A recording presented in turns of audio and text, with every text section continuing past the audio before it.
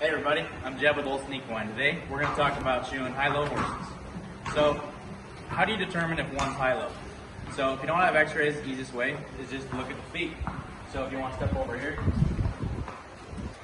So, from the side angle over here, you can see that the right front has significantly more heel and the coronary band's straighter.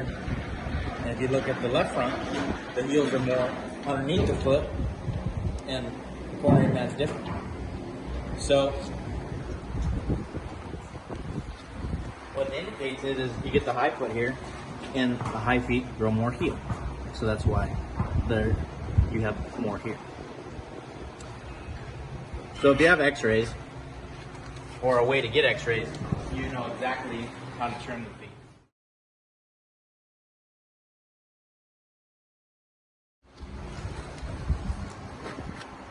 So as a rule, on a high foot, there's not going to be hardly any sole depth here because they grow more upright.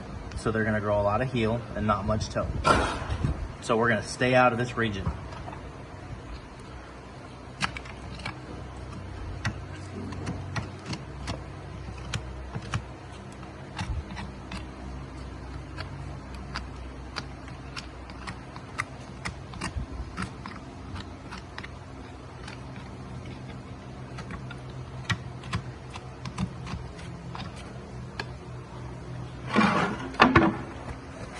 Then you look down the foot and you can see about how much heel is sticking up above the front.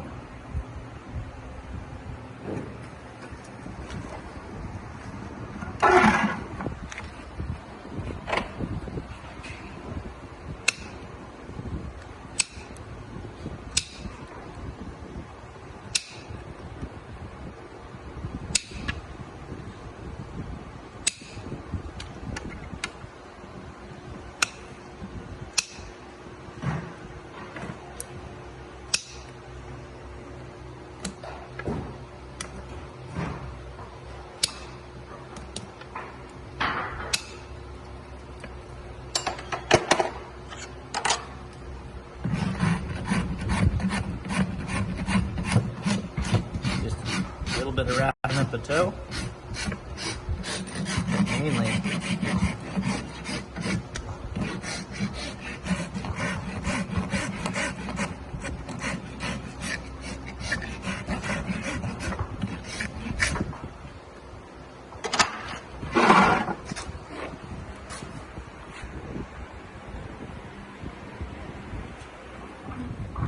so another thing with high feet is usually they kind of dish out at the toe, as you can see. So we want to top the bottom half of the foot.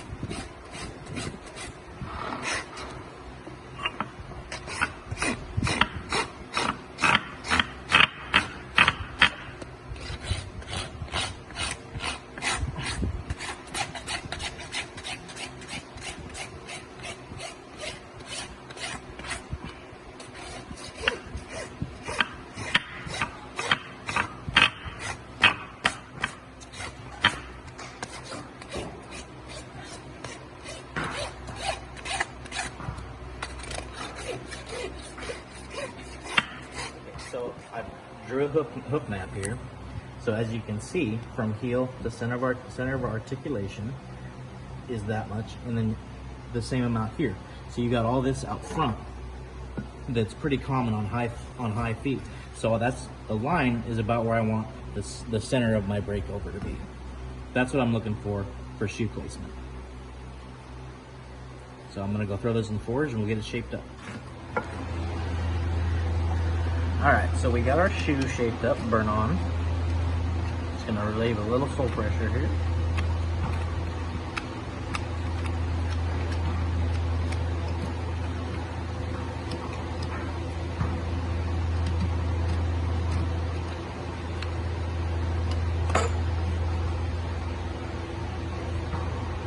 So with where I want my point of breakover, so where my line is, I want it to center about there. And then another thing to keep in mind with these upright feet is you don't want much length on them. So I really shortened my heels pretty good. because I don't want him to catch it with his hind shoe.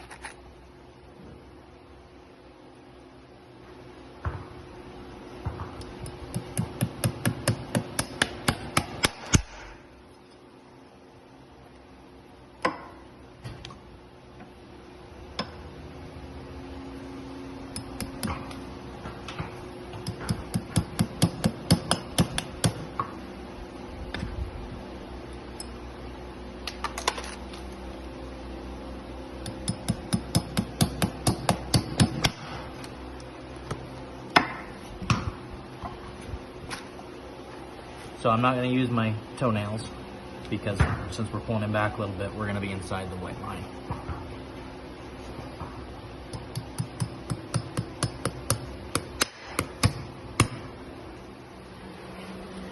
Okay, so on the low foot here, I look down it, and my heels are already pretty level with the frog, if not even just a tick lower. And you can see they're ahead right here. Whereas on the high foot, the heel comes back here.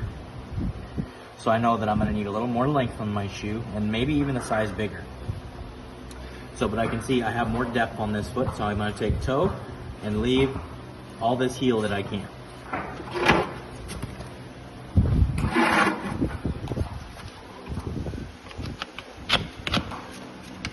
So if we really want to know how much depth, you got to find the tip of the foot.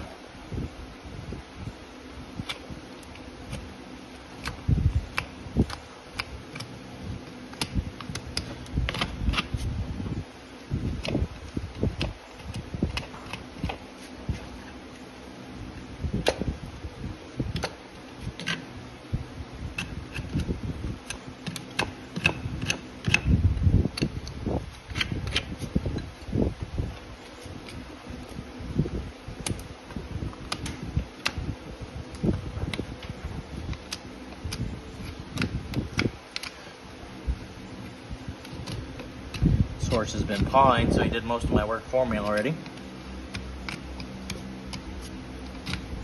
which is also something to pay attention to.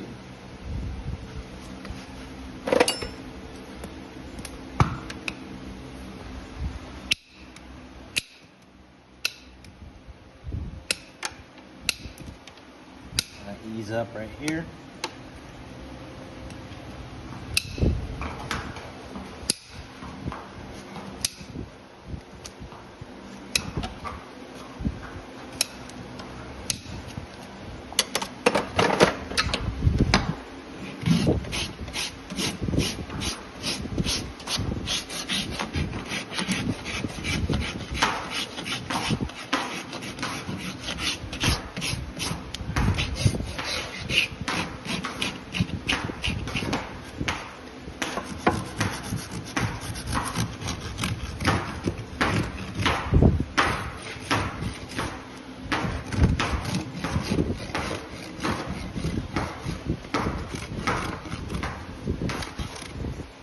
One thing I noticed about this foot is compared to the high foot is it's got a nice round shape to it, so it's going to be nice to shape to.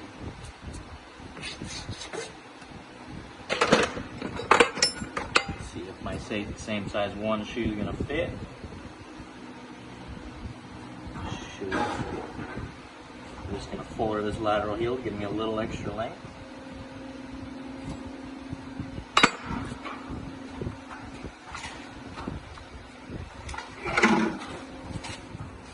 So on the high foot over there, you know, we had a dish. We had a big gap under the rasp and the foot's dished out.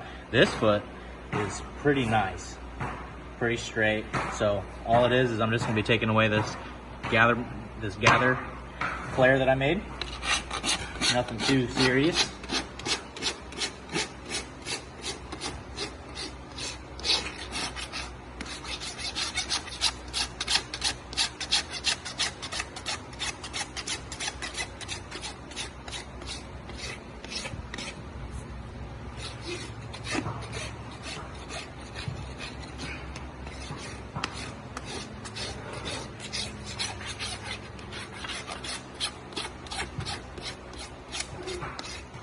All right, so you can see, you can't really see our line very good, but there you can see it's just a little bit at the toe. So a lot different from the other foot. So our shoe placement, that's what's different about it, is I'm gonna fit it a lot closer, just a little more length out the back to support the lower heels on this foot.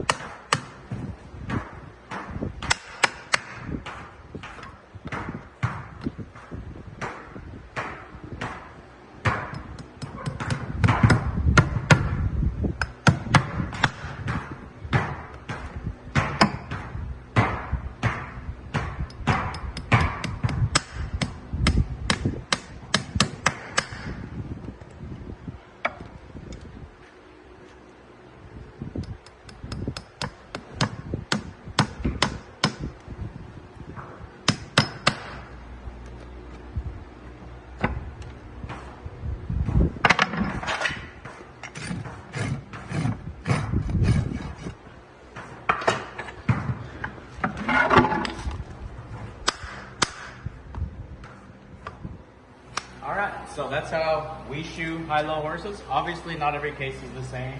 So sometimes the feet can be more dramatic.